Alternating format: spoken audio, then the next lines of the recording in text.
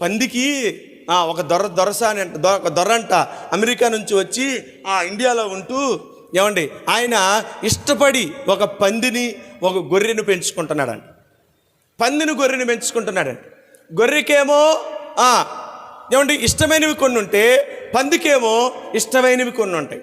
పందిని బాగా మంచిగా అలంకరణ చేస్తున్నాడు ఏమండి, ఎందుకంటే ఫారెన్ దేశాల్లో కొన్ని ఉంటాయి కాబట్టి అతను పందిని బాగా ఏమంటే ఇష్టంగా ప్రేమిస్తూ దాని కొరకు విదేశాల నుండి పరిమళ సువాసనల్ని, దుస్తుల్ని, రకరకాలైనటువంటి వాటిని తీసుకొచ్చి దాన్ని ఒక కుర్చీ మీద కూర్చోబెట్టాడంట.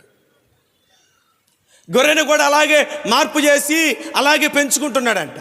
ఈ దొర ఒకరోజు మార్గంలో నడుచుకుంటా మార్నింగ్ వాకింగ్ కోసం బయటకు వచ్చి ఈ గొర్రెను ఈ యొక్క పందిని ఎంటన పెట్టుకొచ్చాడంట. ఎంటన పెట్టుకొస్తే ఈలోపు ఆ దొరగారికి ఎవరో కనబడితే ఆయన యొక్క మాటతో మాట్లాడుతూ ఉండగా ఈ చేతిలో ఉన్న రెండింటిని వదిలిపెట్టేశాడు.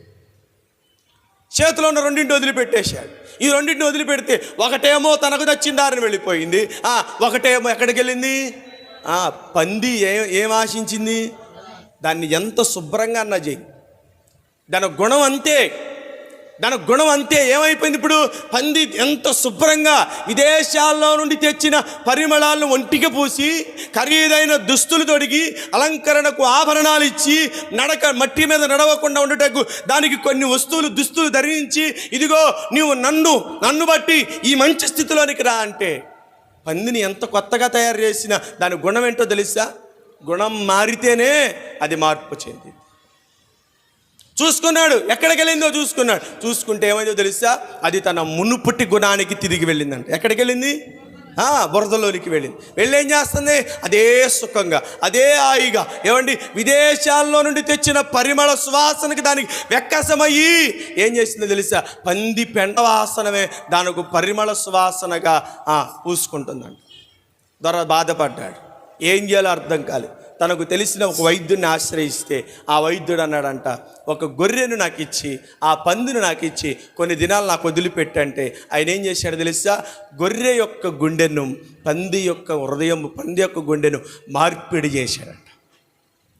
మార్పిడి చేసి గొర్రె యొక్క గుండె తీసుకెళ్ళి యొక్క పందికి ఇస్తే, పంది ఇప్పుడు ఏమైందో తెలుసా? కొన్ని రోజులు కోలుకునేసరికి దొర మళ్ళీ యథావిధిగా ఆ పందిని చేతబుట్టుకొని మరలా వీధి గుండా వెళుతుంటే ఏమైందో తెలుసా? దొర నడిచే మార్గం గుండా వెనకాల నడుచుకుంటూ వెళుతుందంట. పంది బురద కనపడినా కూడా వెనక్కి తిరిగి అడుగులేదు.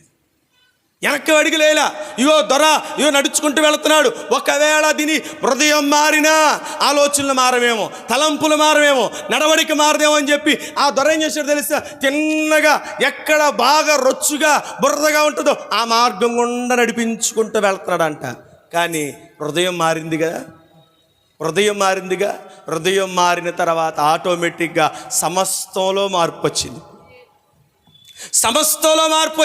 ఈ సమస్తంలో మార్పు రావడం వల్ల స్వభావ లక్షణం మారిపోయింది.